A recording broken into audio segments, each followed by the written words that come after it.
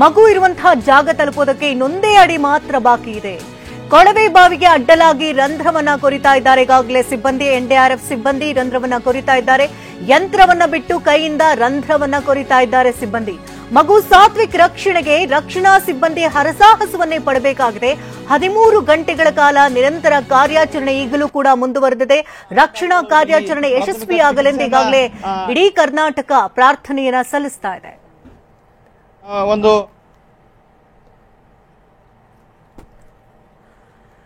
Exclusive ದೃಶ್ಯವನ್ನ ನೋಡ್ತಾ ಇದ್ರಿ. ಈಗಾಗಲೇ ಮಾನಿಟರಿಂಗ್ ಕೂಡ ಮಾಡಲಾಗ್ತಾ ಇದೆ.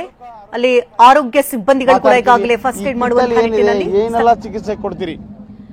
ಸರ್, ಮಗು ಹೊರಗಡೆ ಬಂದ ತಕ್ಷಣ ಅದು ಯಾವ ಕಂಡೀಷನ್ ಇದೆ ಅಂತ ಗೊತ್ತಾಗಲ್ಲ ನಮಗೆ.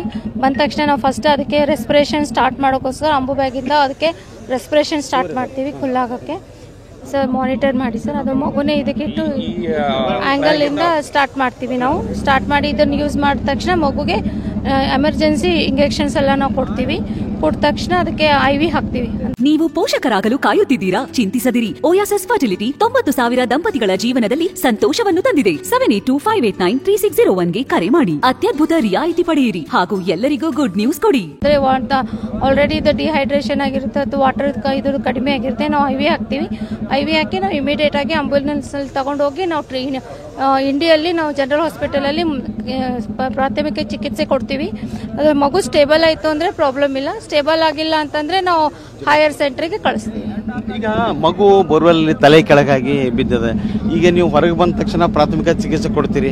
ಏನಾದರೂ CT ಸ್ಕ್ಯಾನು MRI ಸ್ಕ್ಯಾನ್ಗೆ ಏನಾದರೂ ಕ್ರಮ ಕೈಗೊಳ್ತೀರಿ? ಇಲ್ಲ, ಅದನ್ನೇ ಹೇಳ್ತಿದೀವಲ್ಲ, ಮಗುನ ಸ್ಟೇಬಲ್ ಆಯ್ತು, ಮಗು ಅದು ರೆಸ್ಪಾನ್ಸ್ ಚೆನ್ನಾಗಿ ಮಾಡ್ತು ಅಂತಂದ್ರೆ ನಮ್ದೇನು ಪ್ರಾಬ್ಲಮ್ ಆಗಲ್ಲ. ಆಗಿಲ್ಲ ಅಂತಂದ್ರೆ ನಾವು ಅದೇ ಹೈಯರ್ ಸೆಂಟ್ರಿಗೆ ಕಳಿಸ್ತೀವಿ. ಅಲ್ಲಿ ಎಲ್ಲಾನು ಅದು ಹೈಯರ್ ಸೆಂಟರ್ ಅಲ್ಲಿ ಅವರು ಸ್ಪೆಷಲಿಸ್ಟ್ ಏನ್ ಡಿಸಿಷನ್ ತಗೋತಾರೆ ನೋಡ್ಬೇಕು. CT ಸ್ಕ್ಯಾನ್ ಅವಶ್ಯಕತೆ ಇದೆಯೋ, ಯಾವ್ದು ಅವಶ್ಯಕತೆ ಇದೆ ಅಂತ ಅವರಲ್ಲಿ ನೋಡಿಬಿಟ್ಟು ಮುಂದಿನ ಚಿಕಿತ್ಸೆ ಮಾಡ್ತಾರೆ. ಇದು ತಾಲೂಕು ವೈದ್ಯಾಧಿಕಾರಿಗಳ ಮಾತು. ಇಲ್ಲಿ ಮತ್ತೋರ್ವ ವೈದ್ಯರನ್ನು ಮಾತಾಡಿಸ್ತೀವಿ. ಅವರು ಮಗು ಹೊರಗೆ ಬಂದ ತಕ್ಷಣ ಹೇಗೆಲ್ಲ ಚಿಕಿತ್ಸೆನ ನೀಡ್ತಾರೆ ಅನ್ನೋದನ್ನ ಒಂದು ಡೆಮೋ ರೀತಿಯಲ್ಲಿ ಅವ್ರು ನಮಗೆ ತೋರಿಸ್ತಾರೆ. ಏನ್ ಹೇಳ್ತೀರಿ? ಮಗು ಬಂದ ತಕ್ಷಣ ಇದಕ್ಕೆ ಆಂಬು ಬ್ಯಾಗ್ ಅಂತ ಹೇಳ್ತೇವೆ ನಾವು. ಇದರ ಮೂಲಕ ನಾವು ಮಗುವಿಗೆ ಆಕ್ಸಿಜನ್ ಚಿಕಿತ್ಸೆಯನ್ನು ಕೊಡುತ್ತೇವೆ. ಆದ ನಂತರ ಕೆಲವೊಂದು ಎಮರ್ಜೆನ್ಸಿ ಇಂಜೆಕ್ಷನ್ ಹೇಳುತ್ತೇವೆ. ಇವೆರಡು ಎಮರ್ಜೆನ್ಸಿ ಇಂಜೆಕ್ಷನ್ ಆಲ್ರೆಡಿ ರೆಡಿ ಇಟ್ಟಿದ್ದೇವೆ. ಇವೆರಡು ಕೊಡ್ತೇವೆ. ಆಮೇಲೆ ಕ್ಯಾನುಲಾ ಅಂತ ಹೇಳ್ತೇವೆ ಇದಕ್ಕೆ. ಇದನ್ನು ಕ್ಯಾನುಲಾ ಇದರ ಮುಖಾಂತರ ಸಲೈನ್ ನಾವು ಕೊಡಬಹುದು.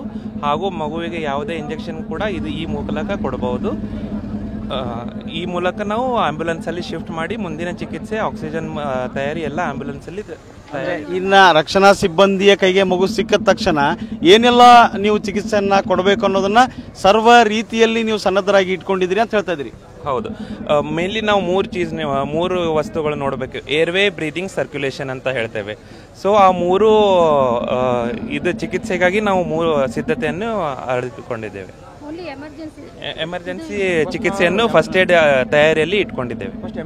ಇದು ತಾಲೂಕು ವೈದ್ಯಾಧಿಕಾರಿಗಳು ಮತ್ತು ವೈದ್ಯಾಧಿಕಾರಿಗಳ ಮಾಹಿತಿಯ ಪ್ರಕಾರ ಏನಂತಂದ್ರೆ, ಏನು ಮಗುವನ್ನ ಹೊರ ತೆಗೆದ ತಕ್ಷಣ ನಾವು ಪ್ರಾಥಮಿಕ ಚಿಕಿತ್ಸೆಯನ್ನ ಕೊಡ್ತೀವಿ.